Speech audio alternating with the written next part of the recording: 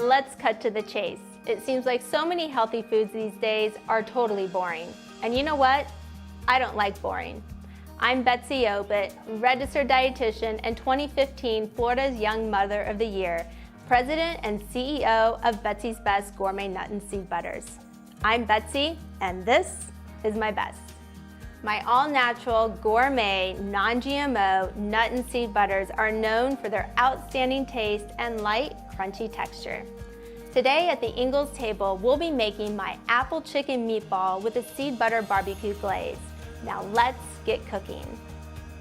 Well, I'm back from Ingles, and I don't know about you, but I'm hungry for my apple and chicken meatballs with the special seed butter barbecue glaze. This is one of my favorite recipes to make. My family loves it, so let's get started. So we're gonna start with a pound of ground chicken, or you could use also a ground turkey. You're gonna start with this in a big bowl.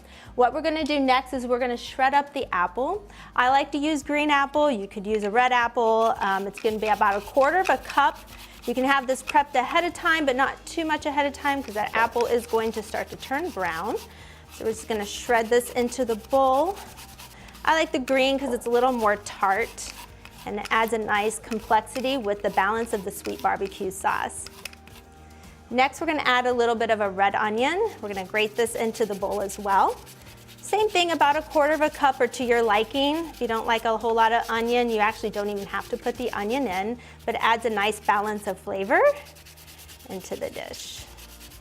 So we have our onion and our apple added into the chicken. Next, we're gonna add an egg white. So I'm just gonna separate the yolk out. Just add the white in. You could add a whole egg if you want. I cut back a little bit on the fat, taking some of that yolk out. So 1 egg white.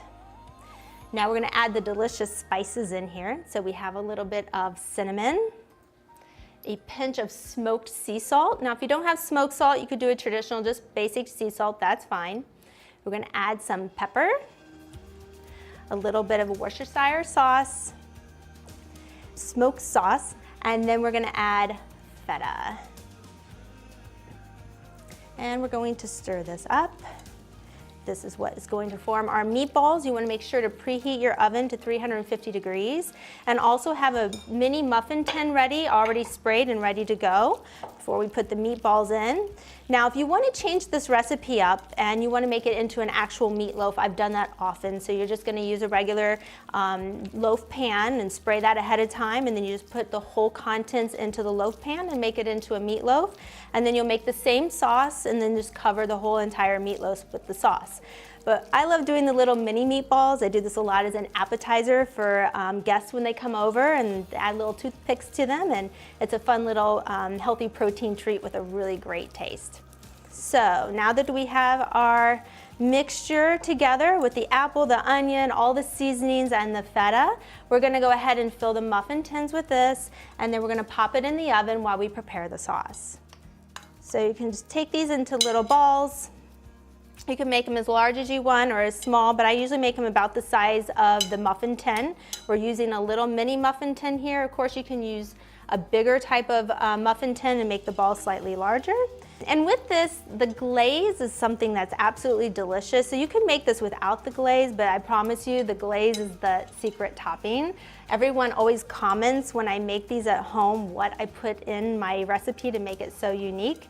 And I think the feta adds a nice little touch. The spice, like the cinnamon, is really unique in a meatball recipe. All right, so we are just about done.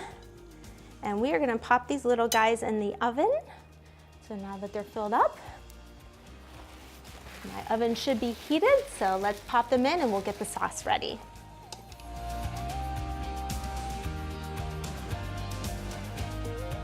Well, while the meatballs are in the oven cooking, we are going to start preparing the sauce. But I have to tell you, I'm not perfect.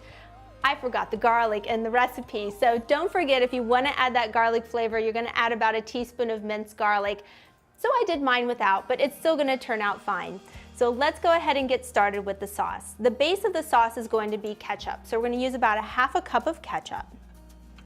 We are then going to add in a teaspoon of balsamic vinegar glaze. We're then going to add just a pinch of sea salt, a drop of liquid smoke just to make the sauce smoky as well. We're going to add a teaspoon of honey, so it's a sweetened barbecue sauce, and then my secret ingredient, which goes in all of my recipes in my kitchen, is my gourmet nut butter. I chose the seed butter for this one. This has cinnamon, hints of cinnamon. It has chia seeds for additional health benefits. I'm a dietitian by trade, so everything is healthy. I sneak all those ingredients in all of my recipes. So we're gonna use 3 tablespoons of the seed butter, but you could also alternate any of my other nut butters. I also have an almond butter with cinnamon, which would be delicious. But we're doing this for those allergy sensitive people who can't do any nuts. You have now an alternative with a seed butter. And we'll go ahead and whisk. So you're just gonna wanna incorporate this together. The seed butter will start to disperse throughout. So this is what we have here with the glaze, and as soon as the meatballs come out of the oven, we're gonna top it with this and bake it for an additional 5 minutes. Well, it's ready, but we are almost done. We're gonna add the final touch, which is the great barbecue glaze with the seed butter. So we're just going to top these off with a little bit of glaze on each one.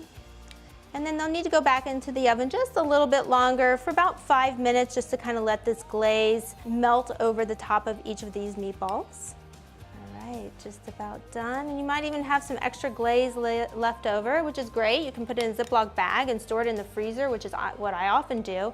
Then you have a glaze that's already prepped for the next time you make these again. So they're gonna go back into the oven now for about 5 more minutes.